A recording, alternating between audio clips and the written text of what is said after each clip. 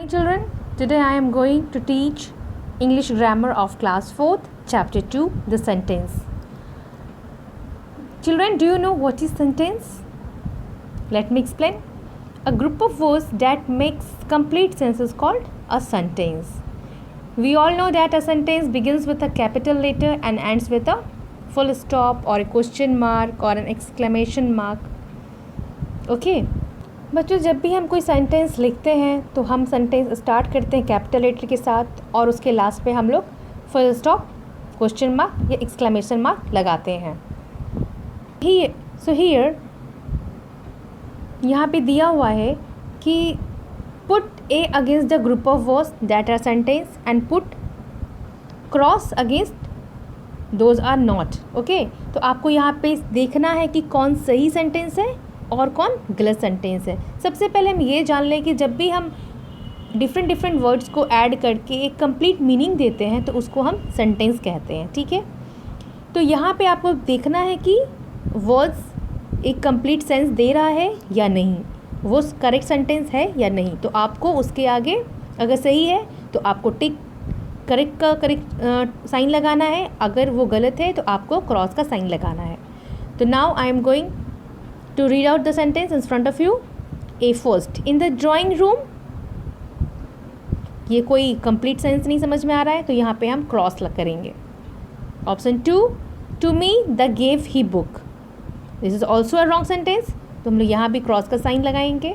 Option 3, the mouse is eating cheese. हाँ, ये बिल्कुल सही है क्योंकि यहाँ ये सेंटेंस एक मीनिंग बन रहा है इससे कि माउस जो है वो चीज़ खा रहा है. तो put the sign of correct. Okay, left the field. This is also correct. The baby is laughing. This is also a correct sentence. Is Meeta studying library days? It is a wrong sentence.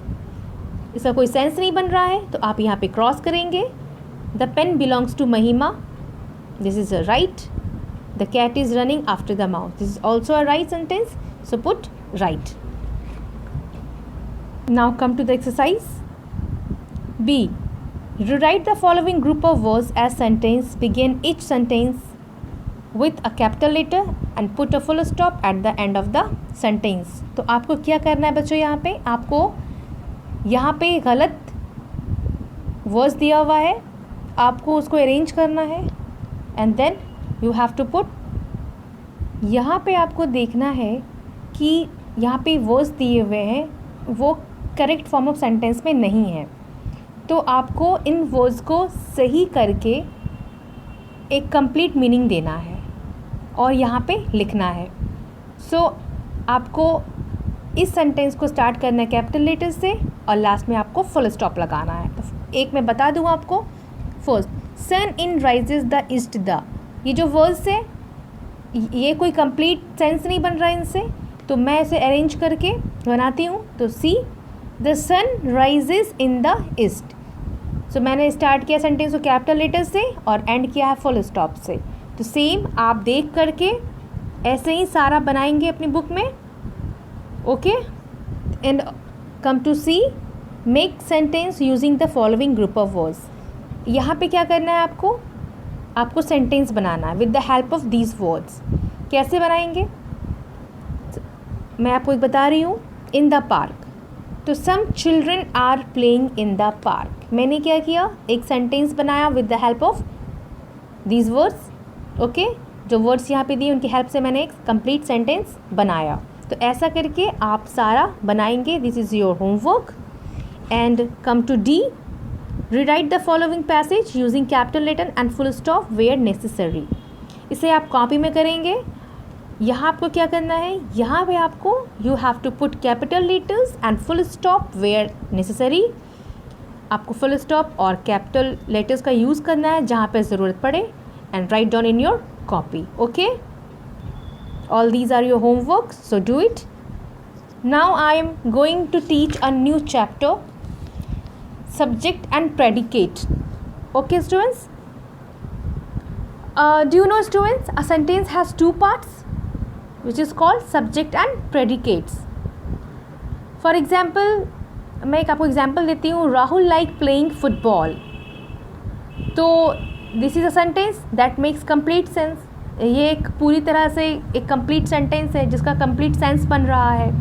तो here Rahul क्या है, आपका subject है. Why? Because the sentence is about Rahul, क्योंकि हम लोग राहुल के बारे में बात कर रहे हैं.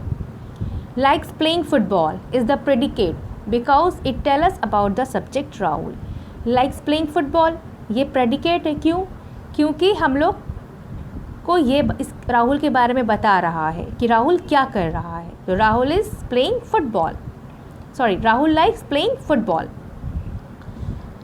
So, students, the part of the sentence that tells us what or whom the sentence is about is called the subject. And what is predicate? The part of the sentence that tells us something about the subject is called the predicate. Look at the following sentence. The girls are not tired. This is a sentence. To which is subject? The girls. The girls are subject and are not tired is predicate, and here are is verb. Why we use verb? So the predicate always include the verb.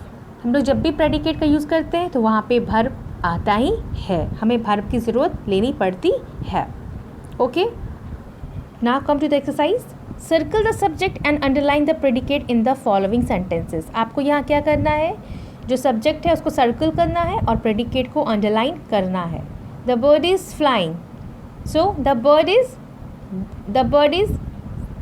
subject. तो आप the bird को circle कर देंगे और is flying को underline कर देंगे. Second, Ram is an intelligent student. यहाँ हमारा subject कौन है? Ram. और is an intelligent student is predicate. तो like this is very simple, very easy. So do it. And if you got any problem, then contact me. Look, subject in questions.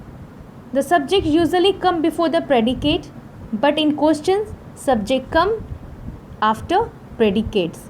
It means जब subject predicate के पहले आता है, usually क्या होता है कि subject predicate से पहले आता है, but in questions, लेकिन question में subject हमेशा predicate के बाद आता है. I am going to give you some example. See, where is mother? तो मदर इज सब्जेक्ट. तो यहाँ पे ये क्या है? क्वेश्चन है. Sentence is in question, sentence question में है. तो हम लोग सब्जेक्ट को, मदर जो सब्जेक्ट है वो बाद में हो गया और प्रेडिकेट वेयर इज पहले आ गया. Who are you? तो you is also subject and who are is predicate. Option B, circle the subject and underline the predicate in the following sentences. आपको यहाँ सेम करना है, बट आपको देखना है कि यहाँ पे क्वेश्चंस है. What? First, seat on that chair. तो यहाँ पे हमारा सब्जेक्ट कौन है? चेयर. और बाकी क्या है? Predicate.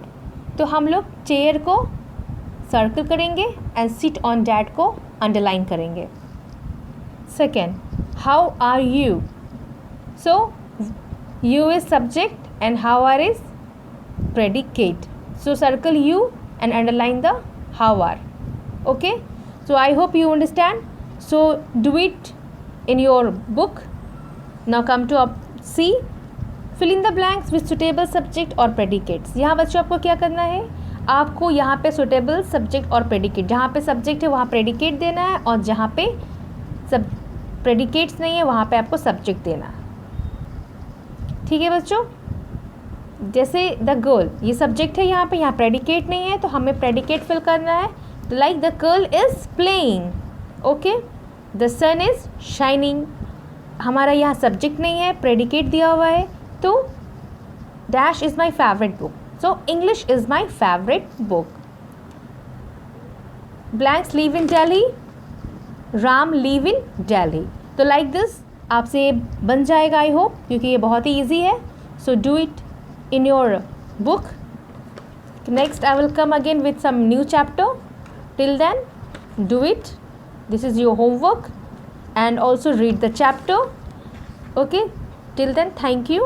Bye. And if you got any problem, then call me. My number is 9576565745. Okay, bye children.